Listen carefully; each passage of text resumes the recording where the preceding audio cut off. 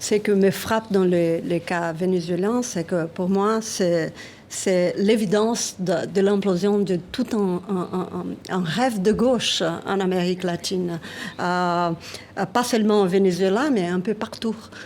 Pendant 10 ans, on a vu tous les gouvernements de gauche accéder au pouvoir en Amérique latine, en commençant avec Hugo Chavez en Venezuela, après suivi par le Brésil, la Bolivie, l'Argentine. Et aujourd'hui, si vous regardez la région, il y a un renversement total. Mais c'est à rebours, en fait. C'est-à-dire que l'Argentine, c'est la fin des Kirchner. On a vu au Brésil, Dilma destituée. Dilma Rousseff.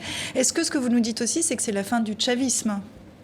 On revient au Venezuela. À mon avis, c'est la fin du chavisme. Mais ça se passe mal. C'est une catastrophe. Enfin, ce pays est plongé dans une catastrophe économique terrible.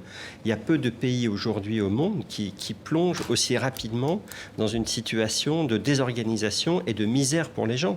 Moi, ça me fait penser au Zimbabwe, si vous me permettez, si je vais vous voulez. juste préciser un chiffre parce que je crois qu'il est vraiment, pour le coup, très parlant. 475% d'inflation cette année. Les projections du Fonds monétaire international pour l'année prochaine sont de 1660%. Donc vous le et dites, des magasins vides. Enfin, c'est-à-dire que c'est c'est faire des aires de queue pour acheter une boîte de petits pois. Hein. Donc c'est vraiment une catastrophe. Et alors que ce pays regorge, compte parmi les principales réserves d'hydrocarbures au monde.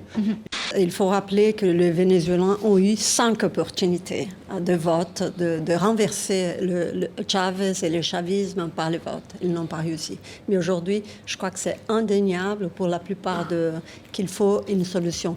Donc, je pense qu'il y a plus de conditions pour le dialogue qu'il y avait. Ça va tellement mal qu'on n'a plus d'autre choix que de négocier. Y compris pour Maduro. Hein.